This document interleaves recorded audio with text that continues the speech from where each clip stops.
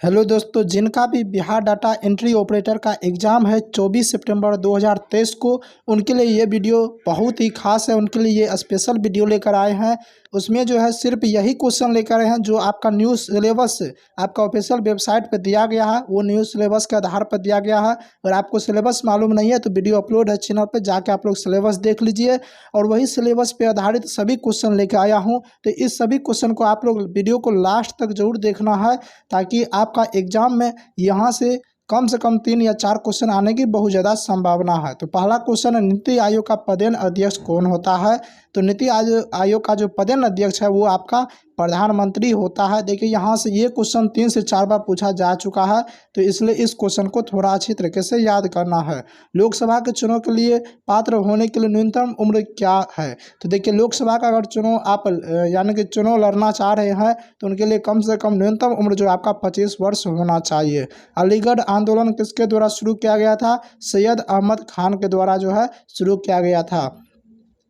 देखिए एक question video upload है चैनल पे, जहाँ पे बिहार जीके से संबंधित क्वेश्चन है, तो आप लोग उस वीडियो को भी जरूर देख लीजिएगा, क्योंकि आपका एग्जाम में बिहार जीके से संबंधित क्वेश्चन आएगा। इसलिए इसमें बिहार जीके बहुत कम बताए हैं और साथ ही साथ क्वेश्चन थोड़ा टफ लेवल का है, ताकि क्योंकि आप देखिए लो लेवल का क्वेश्चन तो आप कहीं ना कहीं पढ़ लिए होंगे, इतना कम नज़दीक आ चुका है एग्जाम तो आप कहीं पढ़ लिए होंगे। तो टॉप लेवल का कुछ कुछ क्वेश्चन देख के जाते हैं ताकि वहाँ पे बना पाए। आप लोग के लिए एक जरूरी सूचना, पीडीएफ के लिए जो है आप इस नंबर पे कांटेक्ट करें। और यहाँ पे कौन सा पीडीएफ मिलेगा? तो वो पीडीएफ जो आप बिहार विधान परिषद के लिए जो भी फॉर्म फिल किया है और आप एग्जाम देना चाहते हैं बिहार विधान परिषद के लिए, तो उसमें 500 क्वेश्चन है बिहार विधान परिषद से संबंधित, साथ ही साथ इंटरव्यू का बारे में बताया गया है। तो आप इस नंबर पर कॉन्टैक्ट करके मात्र 51 रुपया में आप पीडीएफ परचेज कर सकते हैं। क्वेश्चन नंबर 4 है, किस वर्ष में भारतीय सेना ने गोवा को पुर्तगालियों से मुक्त कराया? देखिए हमारा देश आज़ाद हो गया था 15 अगस्त 1947 को, ये बात सबको मालूम है। और हमारा सभी राज्य आज़ाद हो गया था, ये भी सबको मालूम है। लेकिन गोवा आज़ाद नहीं हुआ था, गोवा जो है पुर्तगालियों के अधीन था। तो गोवा को जो 1961 ईस्वी में आज़ाद करवाया गया था, 1961 ईस्वी में गोवा आज़ाद हुआ। तो यहाँ से ये क्वेश्चन पूछ सकता है। टोक्यो ओलंपिक 2021 में सबसे ज़्यादा पदक किस देश ने जीता है? ये देखिए आपका करंट से क्वेश्चन है, और यहाँ टोक्यो ओलंपिक ज़्यादातर पूछा गया क्योंकि नीरज चोपड़ा जो है आपका स्वर्ण पदक जीते हैं इसमें, तो इससे यहाँ से क्वेश्चन बनता है। तो अमेरिका हो जाए इनका राइट आंसर। नेक्स्ट क्वेश्चन देखते हैं, क्वेश्चन नंबर 6, स्वतंत्र भारत के पहले स्वास्थ्य मंत्री कौन है? तो राजकुमारी अमृत कौर। भीमराव अंबेडकर स्वतंत्र भारत के पहले कौन से मंत्री थे? आपसे यहाँ पूछा जा सकता है। संविधान निर्माता मानते हैं कि भीमराव अंबेडकर को माना जाता है, लेकिन स्वतंत्र भारत के पहले कौन सा मंत्री थे? तो कानून मंत्री थे। लाल किले का निर्माण किसने करवाया था? तो शाहजहां ने करवाया था। देखिए आपके सिलेबस पे आधारित सभी क्वेश्चन है। आपने सिलेबस नहीं देखा, सिलेबस जाके देखिए। लता मंगेशकर का जन्म किस शहर में हुआ था? तो इंदौर में हुआ था। हाल फिलहाल इससे 1 साल पहले इनका निधन हुआ है। तो यहाँ से क्वेश्चन पूछ सकता है। लाल ग्रह किस ग्रह को कहा जाता है? मंगल को।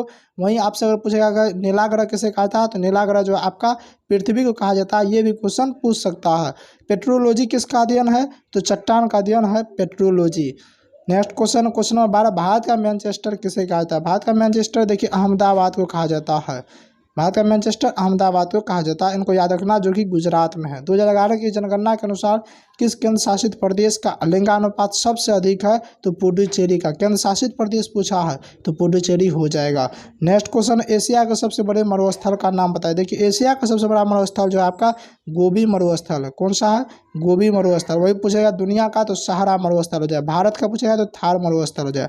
तीनों बात को याद रखना, एशिया का गोबी, पूरे दुनिया का सहारा मरुस्थल, भारत का थार मरुस्थल, तीनों बात याद रखना है। यहाँ तीनों से एक क्वेश्चन आएगा ही।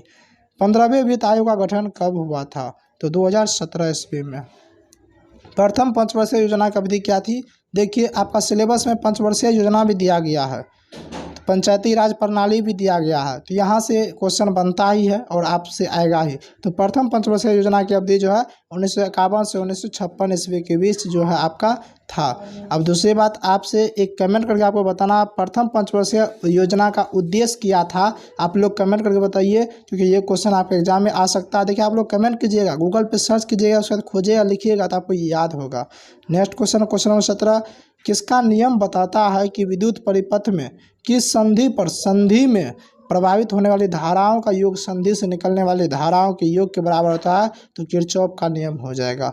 ऑक्सीजन का खोज किसने किया था? फिजिक्स का क्वेश्चन है, आप लोग कमेंट कीजिए इनका आंसर। काफ़ी आसान क्वेश्चन है, थोड़ा हिंट देते हैं, प्रिस्टले है, आप तो कमेंट कर सकते हैं याद आया होगा तो।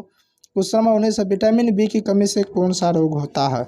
ये हाल फिलहाल इधर कोई एग्जाम हुआ है जहाँ पे ये पूछा गया क्वेश्चन है। तो विटामिन बी की कमी से बेरी होता है, वहीं पूछा विटामिन ए की कमी से रतौंधी, विटामिन सी की कमी से स्कर्वी होता है, विटामिन डी की कमी से रिकेटस होता है, विटामिन ई की कमी से प्रजनन क्षमता कम होती है। तो ये पांचों बात को याद रखना है। मतदान करने की न्यूनतम उम्र क्या है? तो 18 वर्ष है। ये क्वेश्चन को आप वीवीआई कर लीजिए, आपके एग्जाम में यहाँ से ये क्वेश्चन पूछा जाएगा। इंडिया विंस फ्रीडम द्वारा किसके द्वारा लिखा गया है? तो अबुल कलाम आज़ाद के द्वारा। नेक्स्ट क्वेश्चन है, मौलिक अधिकार का वर्णन संविधान के किस भाग में है? देखिए, मौलिक अधिकार का वर्णन संविधान के भाग 3 में। आपका कुल 6 मौलिक अधिकार है, 7 था, 1 हटा दिया गया है। उसके बाद जो बात करते हैं आपका 12 से 35 के बीच अनुच्छेद, 12 से 35 अनुच्छेद के बीच आपका मौलिक अधिकार है। तो इन तीनों बातों को याद रखना, यहाँ से क्वेश्चन आता है। रेगुलेटिंग एक्ट कब आया था? तो 1773 ईस्वी में। बिहार का राष्ट्रीय पक्षी क्या है? गोरैया है। इनको तो आप वीवीआई कर लीजिए। अब आप कहिएगा इतना आसान क्वेश्चन नहीं आता है, तो जिन्होंने बिहार विधानसभा का एग्जाम दिया होगा उनको मालूम है कि ये क्वेश्चन आया था, इसलिए कहता हूँ आपका बिहार का राष्ट्रीय पक्षी क्या है? तो गोरैया। इनको भी याद रखिए। साथ ही साथ राष्ट्रीय जितना भी चीज़ है, तो आप जो एक बिहार जीके अपलोड किया गया आप उसको देख लीजिएगा, आपका बिहार जीके कंप्लीट हो जाएगा। नेक्स्ट क्वेश्चन है, बोध गया कहाँ स्थित है? देखिए, बोध गया कहाँ स्थित है? तो बोध गया आपका बिहार में स्थित है। अब बोध गया के बारे में बात करते हैं, बोध गया क्यों नामी है?